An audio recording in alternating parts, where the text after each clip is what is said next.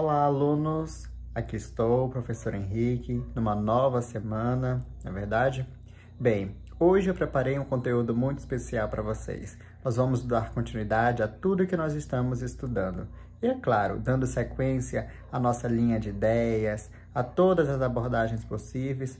E eu faço o convite para que você esteja comigo do início ao fim, sempre atento e fazendo todos os comentários, anotando e destacando todas as evidências importantes, ok? Desde já, então, desejo a todos uma excelente aula e aproveitem o máximo que puderem. Pronto, turma. Minha tela agora está projetada para vocês. Hoje, a nossa aula ela vai ainda continuar no reino do Ariano Suassuna, tá bom? Na verdade, eu fiz uma abordagem diferente. Eu tomei a liberdade de utilizar o material. Naturalmente, esse material tem a autoria de uma outra pessoa, tá? Mas esse material ele vai enriquecer e engrandecer a nossa aula de hoje, tá bom? Nós vamos entender o seguinte: por que que eu venho falando de Ariano Suassuna esse tempo inteiro? Primeiro, ele é um autor consagrado, tá? Tanto da parte literária quanto na parte artística. Isso talvez vocês já tenham observado ao decorrer das nossas aulas. É interessante pensarmos no reino do Ariano Suassuna, porque, como ele nasceu no Nordeste brasileiro, vamos pensar o seguinte: nós temos uma cultura do Norte, uma cultura do Nordeste, uma cultura do Sul, uma cultura do Centro-Oeste, e aí vai. Mas essas culturas juntas, elas formam uma cultura brasileira. Confere? Confere. E aí é preciso entender o seguinte: o Nordeste brasileiro, ele tem uma cultura tão rica, que a impressão que nós temos é que essa cultura parece que ela sozinha já equivale como uma cultura brasileira, tá? Inclusive, é até errado pensarmos dessa forma, porque nós acabamos caindo no conceito pré-concebido de que o que é produzido no norte não tem importância, o que é produzido no sul não tem importância, tá? E aí, hoje, para nossa abordagem de hoje, eu quero que nós terminemos a nossa aula de hoje entendendo a importância desse autor, a importância da cultura brasileira, embora seja uma produção nordestina, tá bom? E a importância, naturalmente, das obras do Ariano Suassuna. O mais interessante também é o seguinte: eu já falei para vocês em outras aulas, eu tenho um grande apreço por esse autor, tá bom? E eu, inclusive, comentei o motivo. Eu, pelo menos, eu sou muito fã de Auto da Compadecida. Muito fã, gente. E eu também sou muito fã de literatura de cordel. E você vai perceber que o Auto da Compadecida, ele é uma produção própria de literatura de cordel. O Ariano, então, ele cria uma peça com alguns personagens, ele vai evidenciar esses personagens, tá? O tempo inteiro, mas personagens do Nordeste. Gente, é algo rico, muito rico. Como eu comentei, eu nunca fui ao Nordeste brasileiro, mas eu tenho muita vontade, porque eu tenho curiosidade para conhecer algumas peculiaridades, dessa região. Espero um dia ir lá. Mas enfim. E aí a nossa aula de hoje, ela vai começar por essa citação aqui. Em algumas ocasiões, lanço mão do riso para me defender, porque como sertanejo não gosto de ser visto dominado pela emoção. Eu apresentei alguns vídeos nas nossas últimas aulas, inclusive depois eu percebi e fiquei sabendo que os vídeos ficaram com um problema no áudio, né? Mas eu enviei no privado dos alunos. Mas se for possível, eu envio hoje também no decorrer dessa aula. Se eu esquecer, me perguntem no privado que eu envio. Me peçam, na verdade. Tá? E aí, nesses vídeos, nós podemos observar o seguinte: este autor, ele é muito cômico. Ele faz uma palestra ou uma entrevista o tempo inteiro de bem com a vida. A impressão que nós temos é que nada está ruim para ele, tá? Essa é a impressão.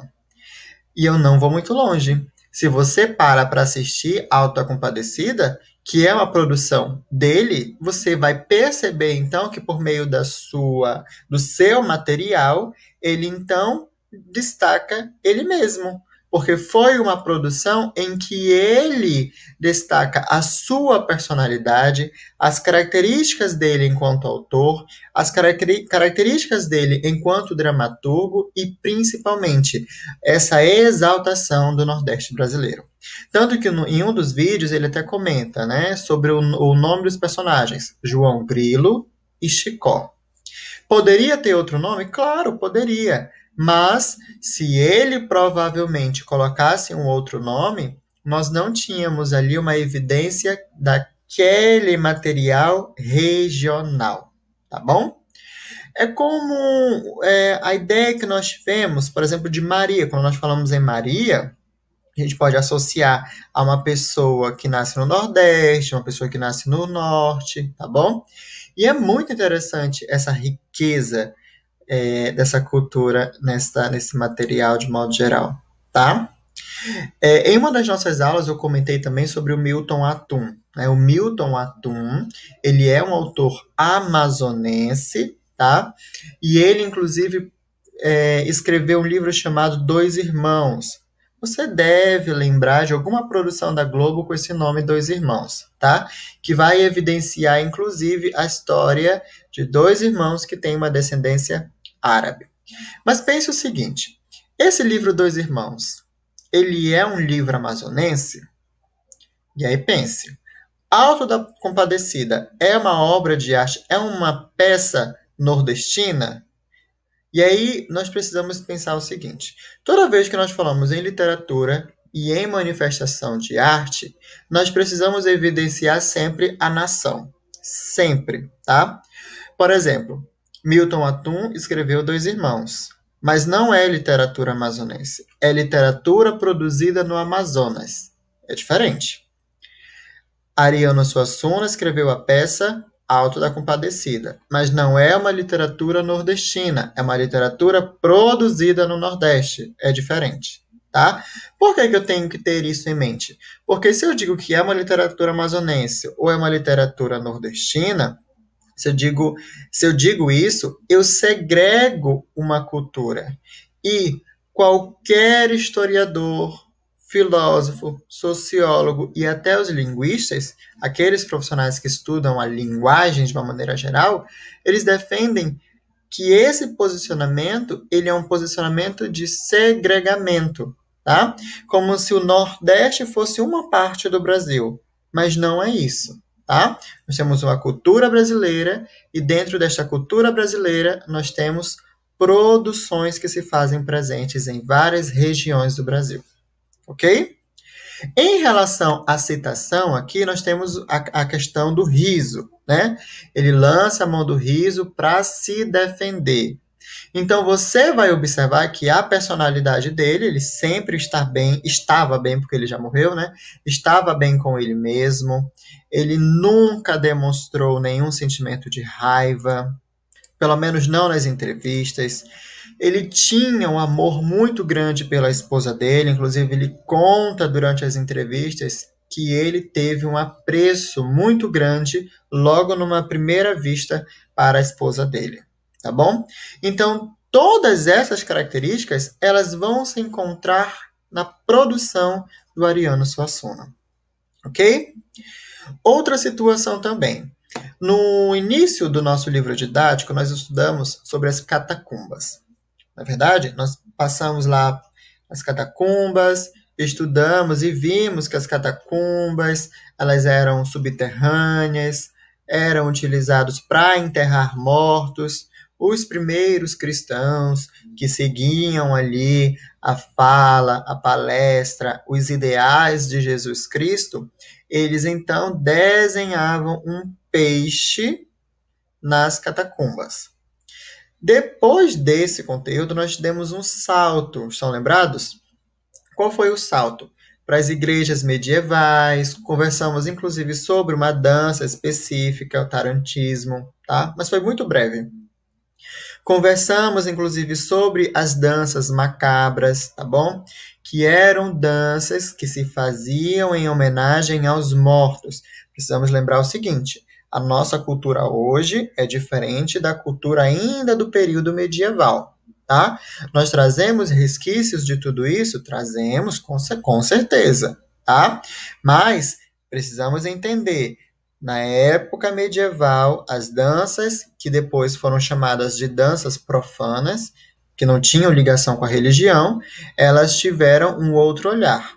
Elas tinham o objetivo de homenagear os mortos, ok. Mas as pessoas que estavam ali encegueiradas, eu vou colocar como encegueiradas, tá? Estavam cegas pela religião, não viam aquelas danças com bons olhos, tá? E começaram a dizer o quê? Que aquelas danças eram profanas, que não tinham ligações com a religião. Depois desse período, nós pulamos, então, para uma outra abordagem. Nós conversamos sobre as igrejas medievais, depois conversamos sobre as basílicas, depois sobre as igrejas góticas, tá bom? Em estilo gótico. E aí vale até lembrar, quanto mais alta essa igreja for, ela vai estar mais perto de Deus e, inclusive, vai demonstrar a pequenez do ser humano. E aí nós vimos ali, tentei trazer uma abordagem por plataformas diferentes, né? Utilizei o Google Earth para mostrar como que acontece, como que, na verdade, essas igrejas são, e aí assim vai. Depois, fechamos o capítulo 1 e chegamos no capítulo 2, que é o capítulo que diz respeito, logo de imediato está lá, Reino de Ariano Suassuna, Reino de Suassuna, algo do tipo, tá? E aí o capítulo 2 inteiro vai exaltar o Ariano e a sua produção.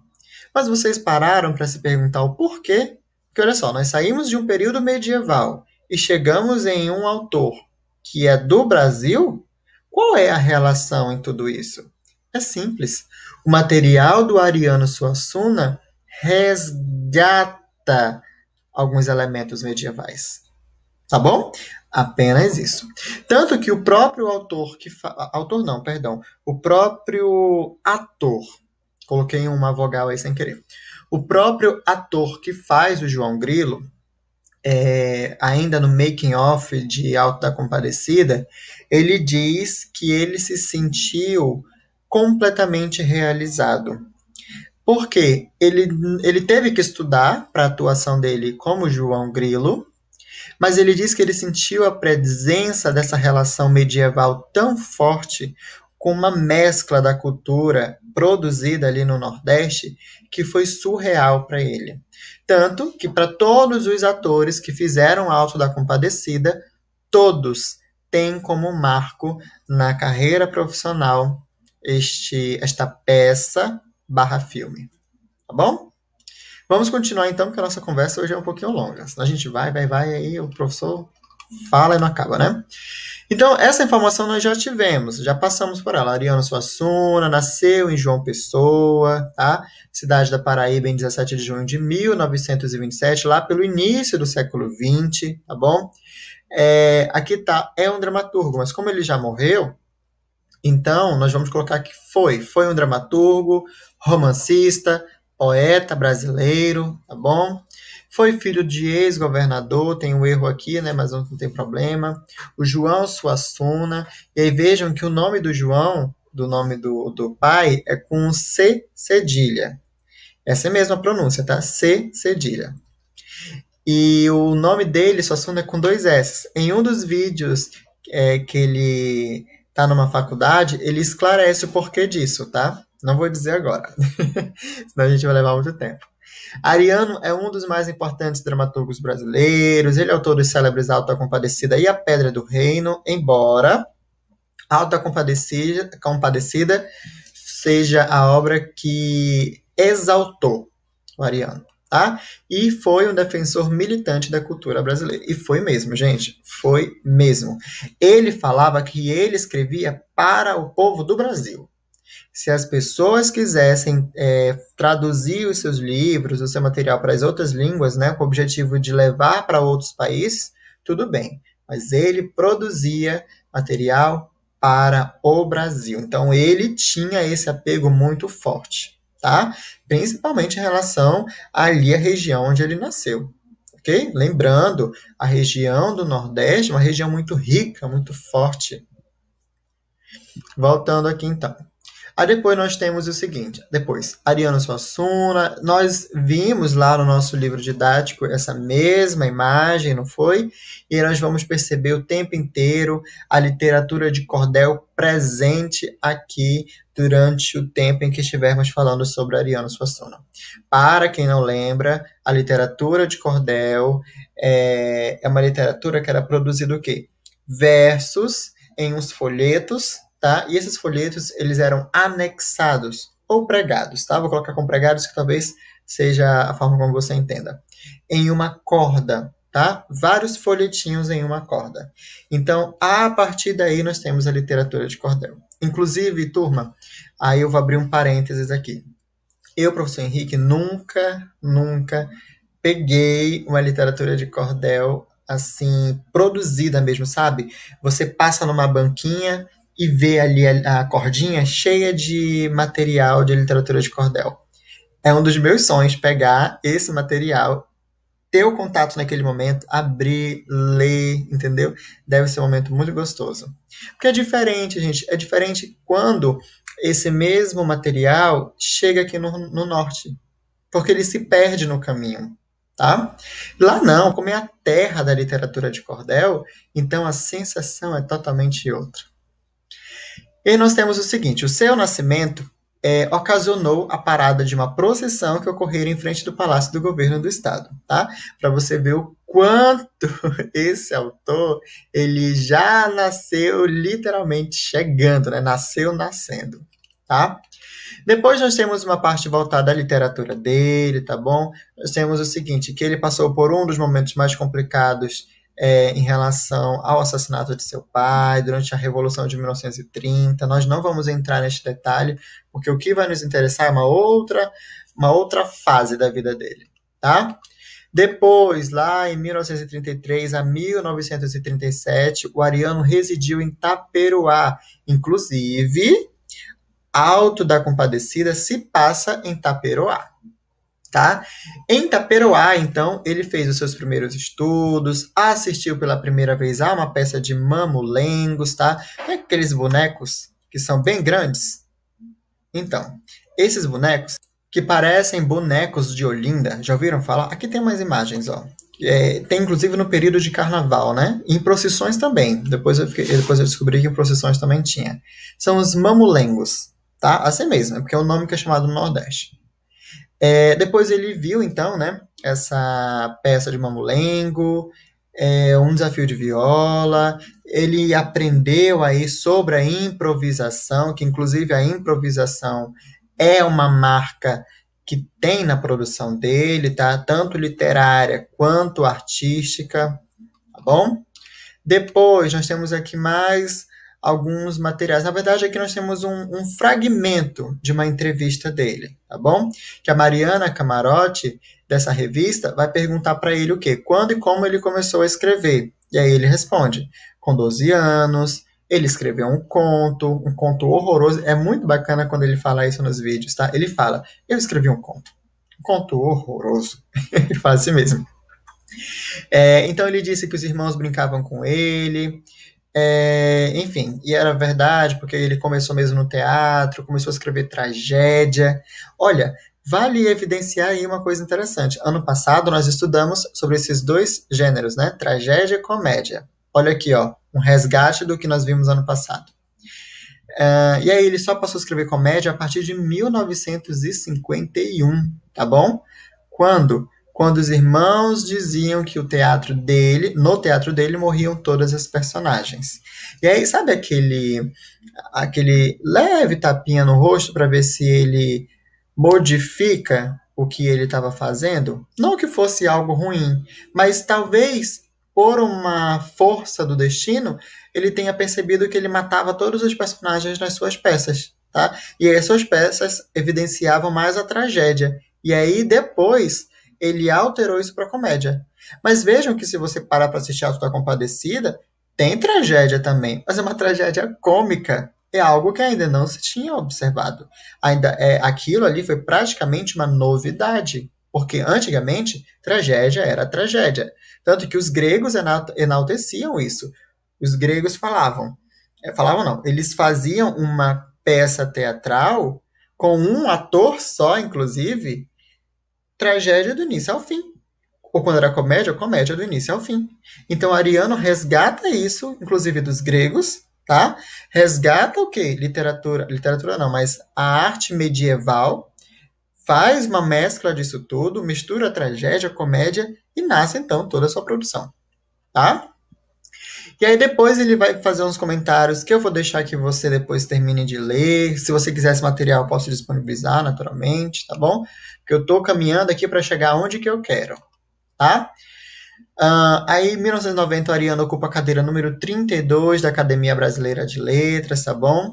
E aí é interessante até esse destaque para a Academia Brasileira de Letras, porque se ele ocupa uma cadeira, então ele já é considerado um autor canônico, tá?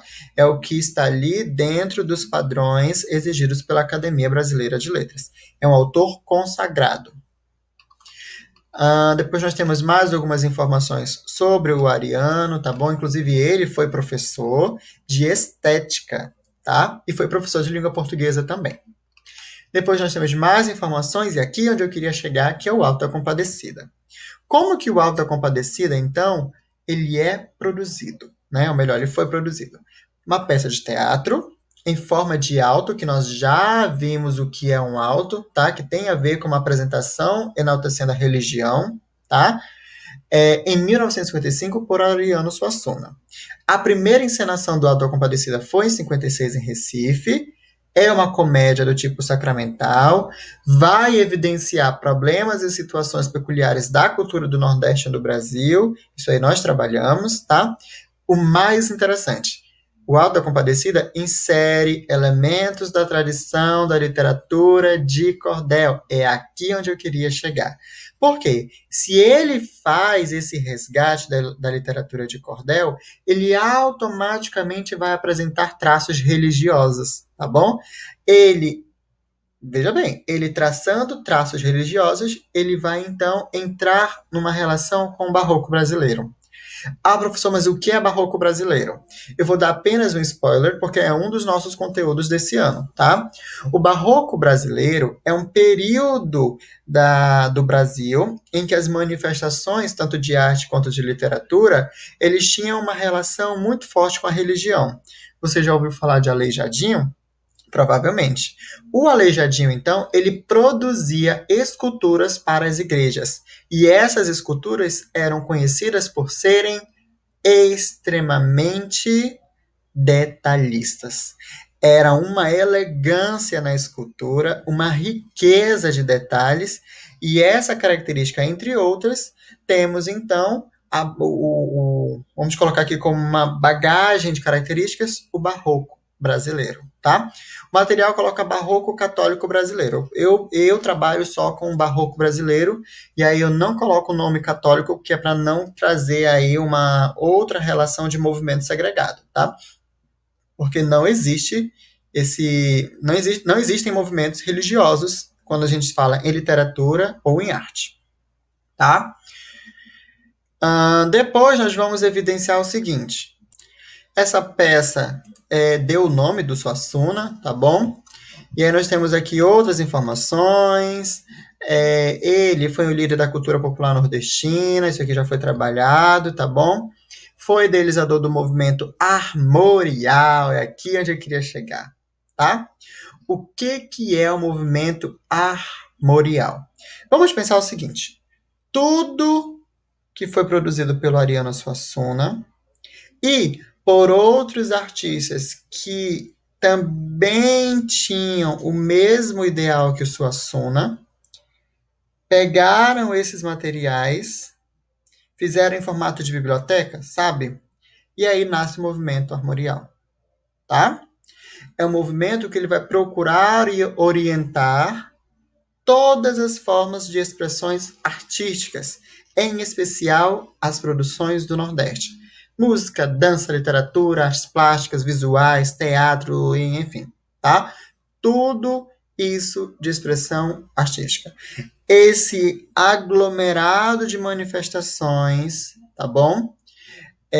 Com o objetivo de, como eu posso colocar para vocês, de destacar a cultura do Nordeste, Ariano então cria o movimento armorial. É como se fosse uma espécie de museu com essas produções, tanto do Ariano quanto de outros artistas, que convergiam para o mesmo ideal, tá? Isso aqui é importante para a nossa aula de hoje. Tá? Inclusive, eu vou já retomar o nosso livro didático e lá tem o conceito de movimento armorial. Tá? Aqui nós temos os personagens do Auto da Compadecida, tá? Ó, o João Grilo, nós temos o Chicó, o Padre João, o Bispo e o Sacristão, o Antônio Moraes, o Padeiro e a Mulher, o Severino de Aracaju e Cangaceiro, desculpa, o Encorado e o Demônio, tá? Ah, professor, mas o senhor está passando tão rápido, porque a aula que vem nós vamos retomar essa parte, tá bom? Não se preocupem, não. Porque a aula que vem nós vamos retomar, tá? Eu vou destinar os minutos iniciais para essa parte, e aí depois nós vamos começar a fazer exercícios de recapitulações do nosso conteúdo com o objetivo das provas, tá bom? De estudar para as provas, tá? E aí eu vou dar uma pausa aqui nesse material, já que nós vamos retomar... Eita, olha o trava-língua, né? Retomar a ele na próxima aula, e aí vamos abrir o nosso livro didático agora, tá? Porque o objetivo que eu queria era chegar até a parte do movimento armorial. Vamos lá. Pronto, aqui estamos. Coloquem na página 25. Bandeira pela união da cultura popular e erudita. E aí nós temos o seguinte, você conhece a expressão levantar bandeira? Ela significa defender uma determinada ideia ou causa. No caso do Ariano, é possível dizer que ele levantou uma grande bandeira ao fundar, em 1970, o movimento armorial. Aí vem uma situação interessante. Se eu perguntar de você na avaliação o que é o movimento armorial, você tem que colocar... Talvez você não lembre da resposta inteira, né? Mas se você evidenciar exatamente o que tem aqui, ó, proposta de arte que buscava misturar tradições populares e a cultura erudita, propagada nas universidades e nos conservatórios de arte. Em outras palavras, ele buscava evidenciar, colocar como importante tradições populares e a cultura erudita das universidades. E, aí eu vou acrescentar, a cultura do Nordeste, tá? Se você colocar, não com essas mesmas palavras, mas seguindo essa linha de ideia, pode ter certeza que eu já vou considerar, tá bom? Porque eu vou entender que você entendeu o que é o movimento armorial. O nome escolhido por ele, então, faz referência a um livro chamado Armorial, que registra os brasões, tá bom? Os símbolos das famílias, os símbolos dos estados e até dos times de futebol. Então, nós vamos observar que, sob a bandeira do movimento armorial, artistas de diversas áreas foram influenciados pelo cordel, xilogravura, instrumentos como a viola, a rabeca, o pífano, tá? Entre outras manifestações, tá bom? Em linhas gerais, o que eu quero que você saiba é o conceito de movimento armorial. Você sabendo o conceito, para mim, já é o suficiente, tá bom? Aqui tem apreciar-te, vocês não vão precisar fazer essa parte, não se preocupem. Aqui nós temos uma curiosidade que eu vou deixar que vocês leiam, tá bom? Esse Festival das Artes também não é preciso fazer, mas... aqui na página 28, hora de estudo, você precisa fazer. Atenção! Na aula de hoje, eu não vou deixar atividade para ser escrita no caderno. Em contrapartida, vou deixar hora de estudo, com a pergunta de número 1, número 2 e número 3. Terminando, tire foto e envie o registro para mim. Tá? Eu vou olhar, eu vou ver se está de acordo com a proposta que nós trabalhamos durante esse capítulo. Se não tiver, vou pedir para você corrigir, tá? E lembrando que vale uma participação, uma nota de participação. Tá bom? Perfeito, então, turma. Vou concluir a nossa aula por aqui. Eu espero que vocês tenham gostado de saber um pouquinho mais sobre este autor, que é um autor maravilhoso, tá bom? É muito desafiante trabalhar alguns assuntos de uma maneira virtual, mas eu espero ter conseguido fazer você ter feito uma reflexão, mesmo que seja bem pouquinho, sobre o Ariano, sobre as basílicas, sobre as catacumbas, o Alto da Compadecida, tudo que nós vimos até agora. Tá bom? Então eu vou aguardá-los na nossa próxima aula. Fiquem todos com Deus. Dúvidas me procurem no privado. E é isto, viu? Bons estudos e até a próxima aula. Tchau, tchau, turma.